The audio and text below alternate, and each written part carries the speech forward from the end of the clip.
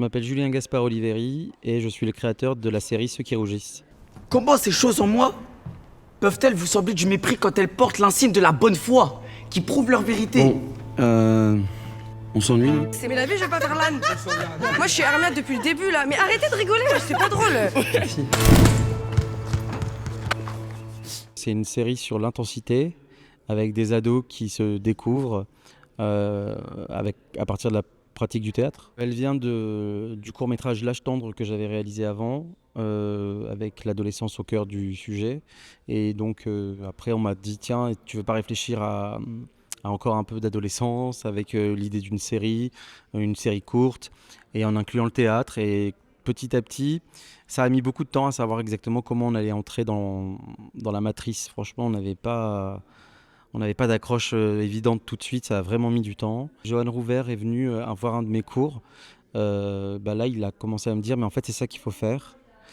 Et j'ai pas trop compris de quoi il parlait. Il m'a dit, mais c'est ça qui doit se passer dans les épisodes, c'est ce que j'ai vu dans tes cours. Voilà, ça s'est construit un peu comme ça, avec des profils. On disait dans la Bible, voilà, il va y avoir un personnage comme ça. On s'inspirait des personnages, déjà des gens qui étaient dans mes cours.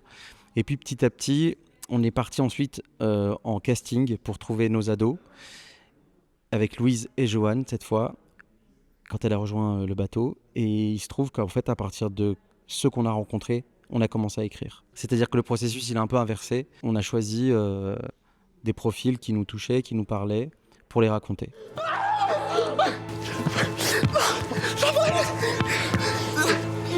On travaille sur la sensation, des sensations physiques, sur du corps.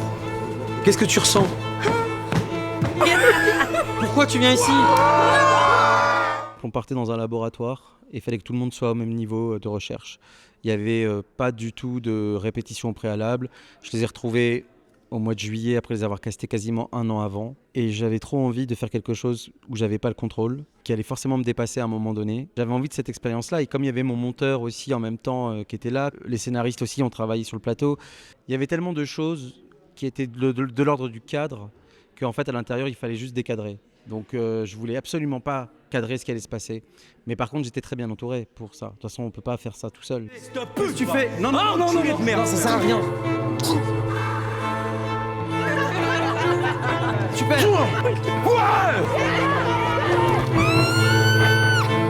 Moi je suis très content qu'on croit que c'est un documentaire, hein. Ça me va très bien. Hein. Il n'y a pas meilleur...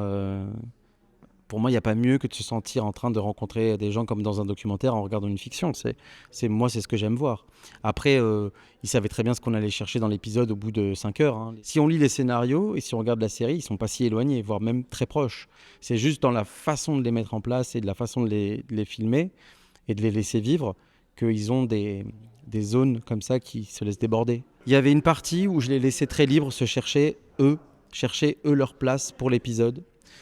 Une partie où je leur disais, voilà, moi je cherche avec eux, essayons de voir comment ça dialogue, ne répétons pas ce qu'on a beaucoup fait, même si évidemment on est très vite battu. J'étais dans un désir, de leur laisser beaucoup de champ libre, parce que j'ai confiance beaucoup dans mon chef-op, et puis dans le cadreur qui était Erwan Dean, qui a travaillé avec Martin Ritt. Donc. Et après je passais beaucoup de temps à revoir ce qu'on avait fait. Dans un deuxième temps, je leur disais, il faut aller chercher ça, il faut aller là, ça c'est pas comme ça, je veux ça comme ça. Je faisais presque mon découpage après avoir éprouvé les choses. Mais non,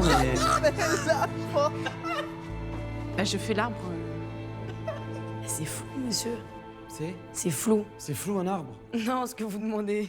L'intensité, c'est plein de choses. Quelque chose qui brûle en soi, quelque chose qu'on n'ose pas dire mais qui apparaît sur le visage, quelque chose de l'ordre de l'interdit aussi. Dans la série particulièrement, c'est des endroits culminants de cet âge-là. Je sais pas, mentir, ça peut provoquer une forme d'intensité chez les gens.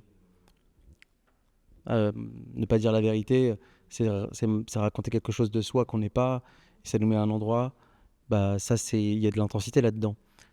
C'est comme eux étaient pleins de masques, et moi aussi d'ailleurs, j'arrivais avec mon espèce de statut et le leur. Je pense que le travail, c'était qu'au fur et à mesure, il n'y en ait plus aucun.